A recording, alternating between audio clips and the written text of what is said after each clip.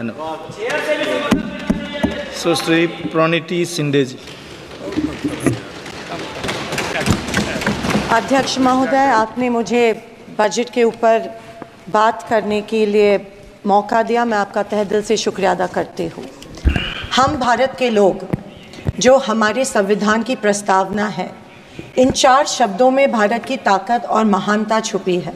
न कोई जात, न धर्म, न भाषा, न पहराव, सिर्फ हम भारत के लोग, इसी में ही हमारी पहचान है और इसी में हमारी गरिमा बसी हुई है। पर पिछले कुछ सालों में इस पहचान को, इसी ताकत को धर्म की राजनीति से कमज़ोर बनाया गया है। आज 2024 के बजट पर बात करने के लिए आपने मुझे मौका दिया।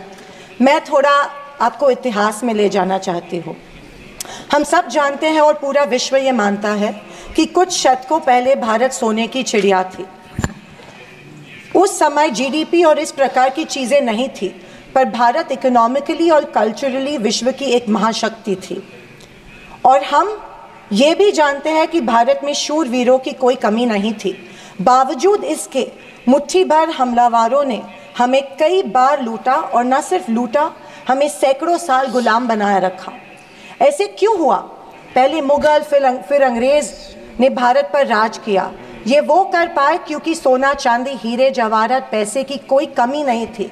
लेकिन कमी सिर्फ एक बात की थी, और वो थी सामाजिक एकता की। धन, दौलत, ताकत कुछ मुट्ठी भर राजाओं और समाज के ठेकेदारों के पास थी। 90% समाज प्रताड़ित था, और मैं ये कहूँगी कि जानबूझकर इन्हीं समाज के ठेकेदारों के द्वारा देश गरीब रखा गया था। आज हमारा देश दुनिया की 5वीं लार्जेस्ट इकोनॉमी है, और मुझे ये उम्मीद ही नहीं बल्कि पूरा विश्वास है कि हम जल्द ही दुनिया की पहले नंबर की इकोनॉमी बनेंगे, क्योंकि इसके प्रगति की मजबूत नींव स्वतंत्रता के बाद के सरकार ने रखी थी। पर इसी के साथ आज हम सामाजिक तौर पर जात, पात, धर्म की शाखाओं में बिखरते जा रहे हैं, कमज़ोर होते जा रहे हैं। फाइनेंशियल इनइक्वालिटीज़ बढ़ती जा रही है। पैसा और सत्ता कुछ चंद ठेकेदारों के पास संचित हो रहा है, या मैं ये कहूँगी कि सत्ता की लालसा में ऐसा करवाया जानबूझ के जा रहा है। मेरी ये सब बातें कहने का तात्पर्य यही है कि समाज की प्रगति सिर्फ मजबूत इकोनॉमी से ही नहीं, समाज की एकता में है, और हमें इतिहास में हुई गलतियों को दोहराने से बचना चाहिए। बीजेपी पिछले 1 दशक से सत्ता में है, पर इनके मुताबिक आज भी हिंदू खतरे में है। क्या ये हकीकत है, या फिर बीजेपी हिंदुओं को इस डर में रखकर अपनी राजनीति चमका रही है? आप बताएं, जो संस्कृति हजारों साल गुलामी के जंजीर में जकड़ी पड़ी है, रहने के बावजूद जिंदा है, जिंदा ही नहीं सारे विश्व में अपना डंका बजा रही है, वो खतरे में कैसे आ सकती है? पर फिर सोचने पर मुझे महसूस होता है कि बीजेपी और उनकी नीतियां की वजह से हिंदू खतरे में है। एक नदी के बहाव की तरह बहती चली आ रही हमारी हिंदू संस्कृति है। सामने आने वाले हर कट्टरता के पहाड़ों को काटते हुए, हर पत्थर के सेंध लगाते हुए वो बह रही है। उसके बहाव को ना कोई तलवार काट सकती है, ना ही कोई पहाड़ रोक सकता है। पर आज दुर्भाग्यवश उसी नदी के बहाव रोककर कट्टरता में ढालने की कोशिश की जा रही है, और मैं समझती हूँ कि यही भारतीय संस्कृति के पतन का कारण बन सकता है। अध्यक्ष महोदय, डॉक्टर बाबा साहेब अम्बेडकर ने बनाए गए संविधान के बदौलत पिछड़े और दलित वर्ग को आरक्षण के जरिए समाज में स्थान और सम्मान मिला, पर आज वह आरक्षण भी इनके नजरों में खटक रहा है। इसीलिए सभी सरकारी और निम्न सरकारी कंपनीज का प्राइवेटाइजेशन करके इनडायरेक्टली आरक्षण खत्म करने का षड्यंत्र बीजेपी कर रही है। स्पीकर सर, इनके मुताबिक गए 2014 के पहले कोई भी अच्छा काम देश में नहीं हुआ, और कुछ महानुभावों के मुताबिक देश आज़ाद ही 2014 में हुआ। खैर, आप कितनी भी कोशिश कीजिए, लेकिन इस सच्चाई को नहीं झटला सकते कि आज जो भारत चांद पर पहुंचा, उसकी नींव इसरो के रूप में पंडित नेहरू जी ने रखी थी। 2014 से बीजेपी अपने झूठे प्रोपेगेंडा से कांग्रेस की लेगेसी को मिटाने की पुरजोर कोशिश कर रही है, पर इनकी लाखों नॉन बायोलॉजिकल कोशिश के बावजूद दुनिया इस देश को नेहरू गांधी का देश ही मानेगी। ये दुनिया की किसी भी कोने में जब जाते हैं तो इनको गांधी जी के प्रतिमा के सामने ही नतमस्तक होना पड़ता है। ऐसी सरकार और ऐसे वित्त मंत्री से हम क्या उम्मीद करें जो प्याज के बढ़ते दाम के सवाल पर कहती है कि दाम बढ़ते हो तो बढ़ने दो, मैं प्याज नहीं खाती। स्कूल कॉलेज के फीस बढ़ते तो बढ़ने दो, हम शिक्षा नहीं भक्त बढ़ाते हैं। पर फिर भी जनता की प्रतिनिधि होने के नाते मेरा दायित्व है कि मैं लोगों के प्रश्न इस सदन में समक्ष पेश करूं। अध्यक्ष महोदय, पंतप्रधान किसान सम्मान योजना के बारे में मैं बोलना चाहती हूँ। पंतप्रधान किसान योजना के माध्यम से किसानों को सालाना 6,000 रुपये दिए जाते हैं। 2,000 रुपये 3 इंस्टॉलमेंट्स में दिए जाते हैं। 2,000 रुपये दिए जाते हैं, लेकिन 18% फर्टिलाइजर्स के सैक पे उनको जीएसटी के माध्यम से देना पड़ता है। एक किसान एक साल में कम से कम 1 लाख के फर्टिलाइजर खरीदता है, तो आप 6,000 रुपये देते हो लेकिन 18,000 उनसे लेते हो। ये किस तरह की नाइंसाफी हुई उस किसान पे? आप मजाक उड़ा रहे हो उस किसान का। 6,000 रुपये देते, 18,000 रुपये जीएसटी के माध्यम से लेते हो। जब यूपीए की सरकार थी तब फर्टिलाइजर्स और औजारों पे से जीएसटी एग्जेम्प्ट की गई थी। मेरी मांग है कि 2,000 रुपये का जो अमाउंट है, जो 6,000 सालाना मिलते हैं, वो बढ़ा के 12,000 किए जाने चाहिए। अध्यक्ष महोदय, किसान सम्मान योजना, मेरे कॉन्स्टिट्यूएंसी में करीबन 50,000 लोग इस योजना से वंचित है क्योंकि इसको अप्रूवल्स नहीं मिल रहे हैं। जब वो मंत्रालय में जाते हैं और पूछते हैं हमारी योजना को अप्रूवल को क्या हुआ, वो कहते हैं कि दिल्ली जाके पूछो, हमें नहीं पता है। तो किसान योजना, किसान सम्मान योजना का इंटेंशन क्या है? या तो किसानों को फंसाया जा रहा है किसान योजना के माध्यम में से। अध्यक्ष महोदय, फसल बीमा योजना, महाराष्ट्र में, पश्चिम महाराष्ट्र में शोलापुर, सांगली, सातारा, कोल्हापुर में उड़द दाल और अरहर की दाल यहाँ पे उगाई जाती है, लेकिन फसल बीमा योजना मिलती है सिर्फ बाजरा, मक्का और सोयाबीन के लिए। आपके माध्यम में से मैं फाइनेंस मिनिस्टर से गुजारिश करती हूँ कि अरहर और उड़द के लिए भी फसल बीमा योजना के फॉर्म एक्सेप्ट किए चुके हैं, भर दिए हैं, लेकिन फसल बीमा योजना मिल नहीं रही है।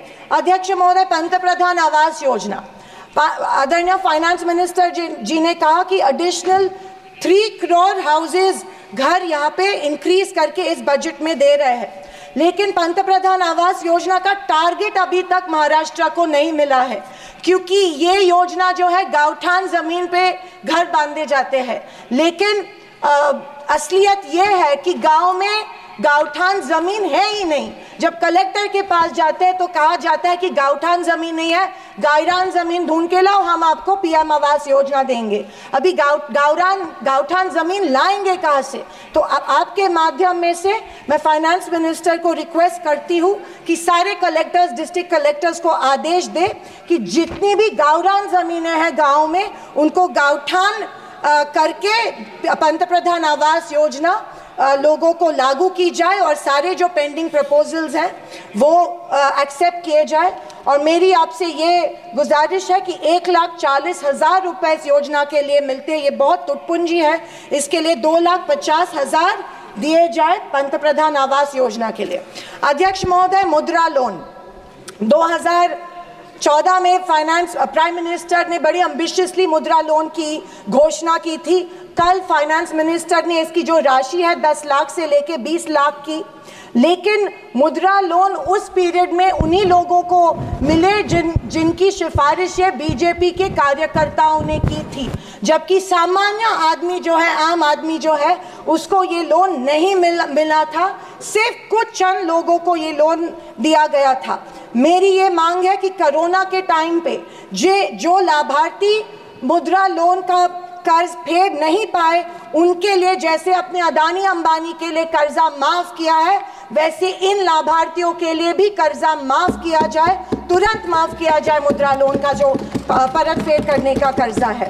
आदरणीय अध्यक्ष महोदय, माइक्रो फाइनेंस और चिट फंड्स जो दिए जाते हैं हमारे सेल्फ हेल्प ग्रुप्स को, बीड़ी कामगारों को, पावर लूम वर्कर्स को दिए जाते हैं, हमारी काफ़ी सारी महिलाओं को दिए जाते हैं, लेकिन ये माइक्रो फाइनेंस और चिट फंड्स पे के ऊपर रेगुलेटरी अथॉरिटी नहीं होती है, इसीलिए ये बेहिसाब इंटरेस्ट इन लोगों से, गरीब लोगों से लेते हैं। अध्यक्ष महोदय, मुझे इस बात का दुख हो रहा है कि कल के बजट के स्पीच में हमारी अन्न धान्य सुरक्षा योजना जो है, अन्न सुरक्षा योजना जो यूपीए सरकार ने लाई थी, उसके बारे में फाइनेंस मिनिस्टर ने कोई जिक्र नहीं किया। पिछले 10 साल से हमारे देश का जो गरीब है उसको, एपीएल कार्ड धारक को अन्न धान्य योजना का लाभ नहीं मिल रहा है। 10 साल से करोड़ों लोग इस योजना से वंचित रह रहे हैं, भूखे मर रहे हैं, और जैसे शैलजा जी ने कहा था, कुपोषण का प्रमाण जो है हमारी देश में बढ़ रहा है। गरीब लोगों से जानबूझ के एक form, give up subsidy form जानबूझ के भरा जा रहा है, उनको बिना बताए कि अगर ये फॉर्म आप भरेंगे तो आपकी फूड सब्सिडी कट हो जाएंगी। ये ज़बरदस्ती उनसे ये फॉर्म भरवा रहे हैं ताकि उनको इस योजना, जो कि कांग्रेस की योजना थी, उसका लाभ न मिले, और इसके वजह से ढेर सारे लोग भूखे हमारे देश में मर रहे हैं। मैं फाइनेंस मिनिस्टर से ये गुजारिश करती हूँ कि एपीएल कार्ड धारक को तुरंत इस योजना का लाभ मिला जाए और सारे के सारे जितने भी लोग हैं उनको धान मिला जाए। अध्यक्ष महोदय, कल के स्पीच में आंध्र प्रदेश और बिहार के ऊपर बहुत प्यार जताया गया। मुझे उस बात से कोई कंप्लेंट नहीं है, पर महाराष्ट्र से इतनी नफरत क्यों नहीं महाराष्ट्र की तरफ उतना ही प्यार जताया गया जो बिहार और आंध्र प्रदेश के जताया गया? क्योंकि उनको पिछले लोकसभा में कम सीटें मिली, या शायद उनको अंदाज़ा आया कि आने वाले इलेक्शन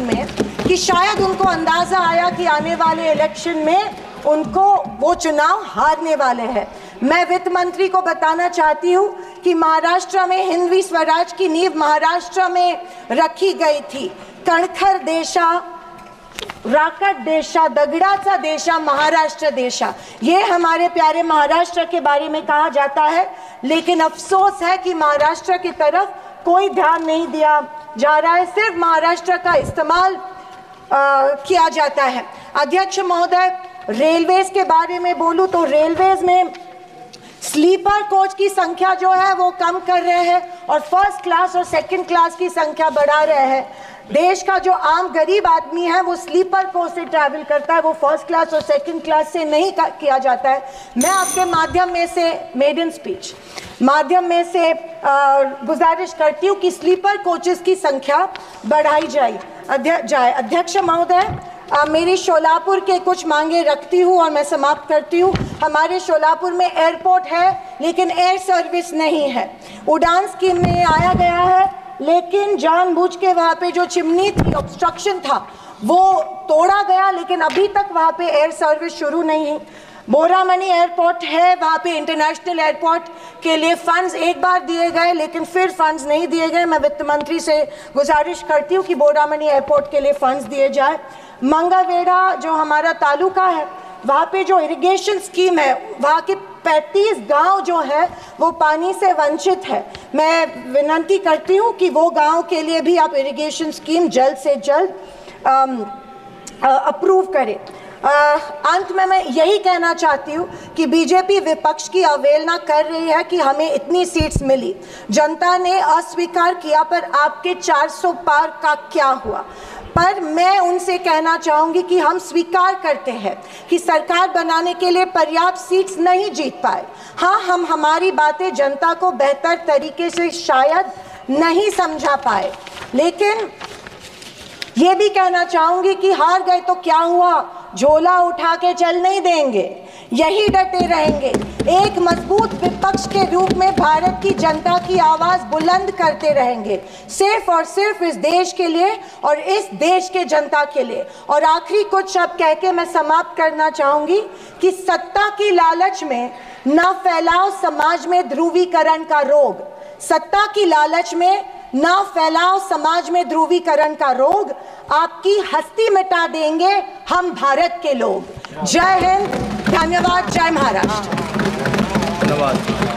अन्य सदस्य श्री जगदीश शेट्टार जी। जगदीश